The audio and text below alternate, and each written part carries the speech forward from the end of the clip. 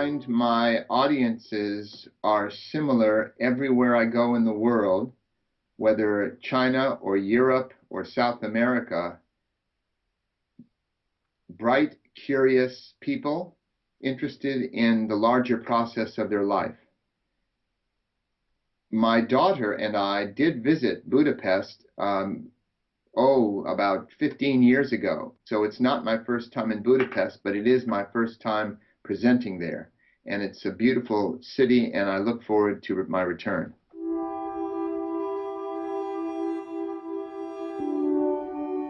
My life led me to certain experiences and insights that I felt were meaningful enough to share. And the book took shape over 7 years as I wrote down notes and ideas, and then finally the story narrative based on my life, with some fictional elements interwoven for the sake of the story. I had no idea who would read the book or whether many people would like it. I wrote it because it needed to be written. Beyond that, I had no strategy or ideas. I simply wanted to share with other people what had helped me and thereby multiply its benefits.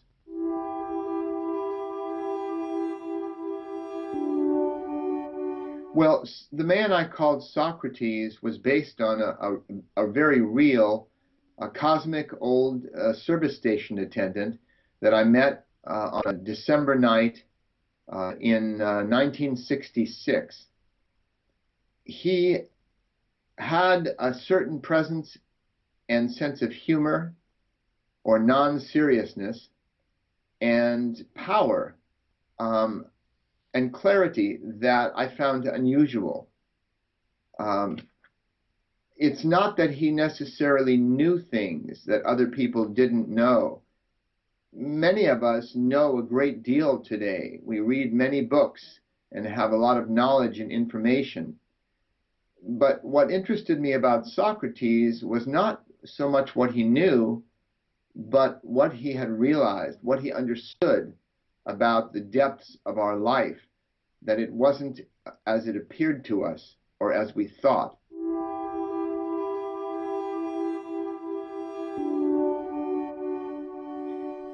Well, when I met this old man, he wouldn't tell me his real name. He said names weren't important. But he reminded me of the ancient Greek. So I named him Socrates.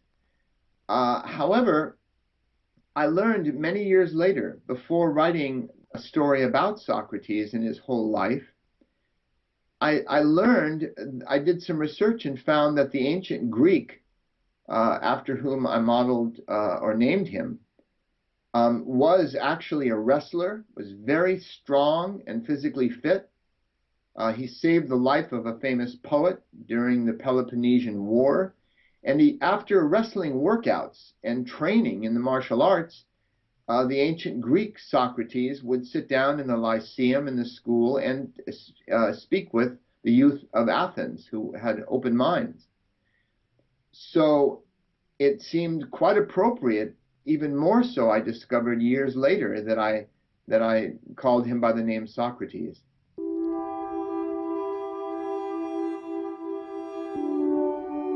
That's a very good question. And before I answer it, let me just complete a thought that I didn't finish from the previous question, yeah, which was Socrates. More of us need to be like Socrates in this 21st century, because he said, "I only know one thing for certain, which is that I know nothing for certain." He liked to ask good questions.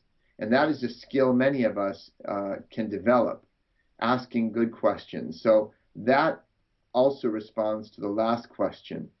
Now, speaking of good questions, the one you just asked me about this idea of making peace with ourselves, many of us are the harshest judges of our own actions, because we live with us all the time. We live with ourselves, and we see the mistakes we make, and the moments of lapse when we're not peaceful. Um, so the first thing to make peace with ourselves is to accept our thoughts and feelings as natural to us in the moment. We all have many wild and crazy and changing thoughts and emotions.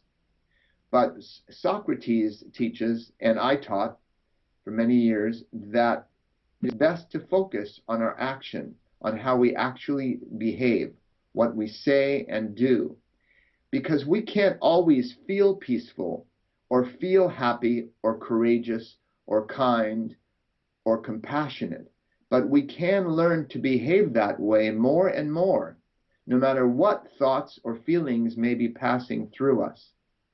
So when I say make peace with ourselves, this is the challenge, and this requires a warrior spirit. So all of us are seeking to live with a peaceful heart, but there are times we need to apply this warrior spirit to behave in accord with our highest ideals. Now, the question as to whether I do this all the time, no, I have lapses. Sometimes I forget. My wife knows how to push my buttons, and occasionally I get angry and so on. But I am practicing sincerely, and I believe I'm a good example for others as well.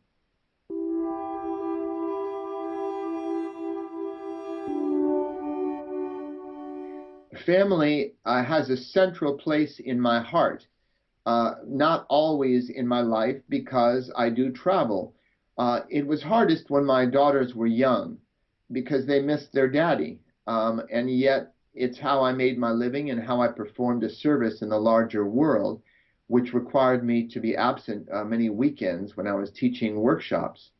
Now it's just my daughters are grown and doing very well for themselves, finding their own lives, as many young people in their 20s and 30s are doing. And it's just my wife and I at home.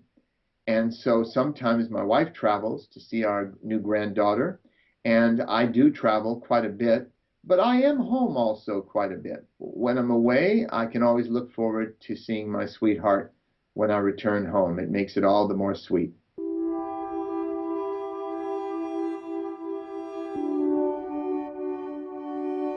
We are, each of us, I view each person as perfect in themselves, but we're not necessarily perfected.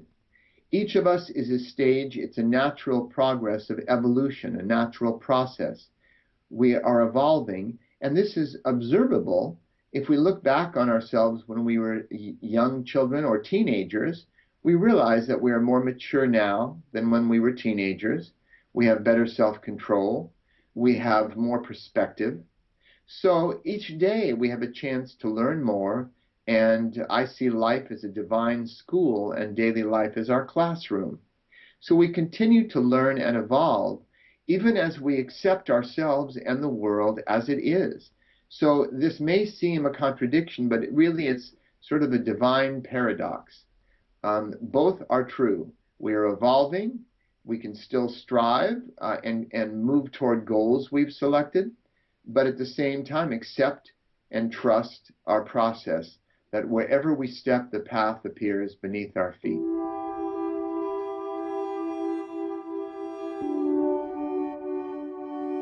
We are still evolving and changing, and much needs to be done and will be done over the years as we learn our lessons.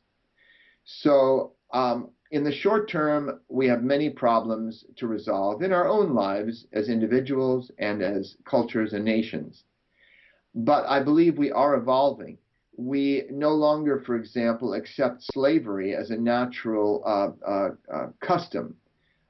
We are becoming more aware that other animal species have their own rights to live undisturbed by humans as much as possible. So we are changing and growing, but growth is slow. My next work that I think I have about 2 more books in me. Now, my daughter and I just completed a new book. We collaborated on a book called The Creative Compass, and it's about writing and the creative process. And that book will be out in next month. But I'm about to write 2 more books, probably my final books. One will be the 3rd in the Peaceful Warrior trilogy, to complete that trilogy, Way of the Peaceful Warrior, then Sacred Journey of the Peaceful Warrior in English. And the third book, which I'm about to start, is called The Hidden School. And it will deal with death and rebirth, and some elements that prepared me for the final confrontation described in Way of the Peaceful Warrior. So that's my next book.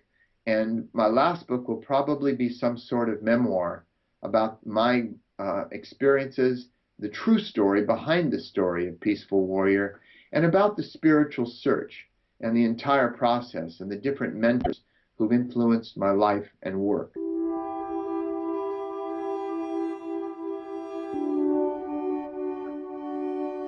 Well, I probably have many, many messages, which is why I'm looking forward to presenting in Budapest in very soon.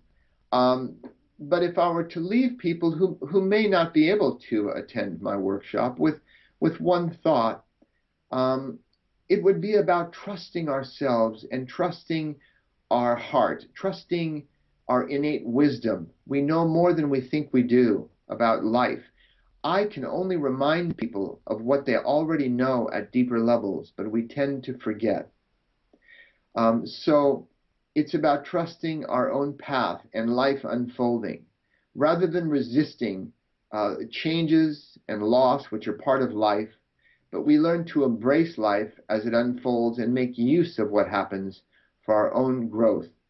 I remind your listeners that faith, F-A-I-T-H, is the courage to live as if everything that happens is for our highest good and learning.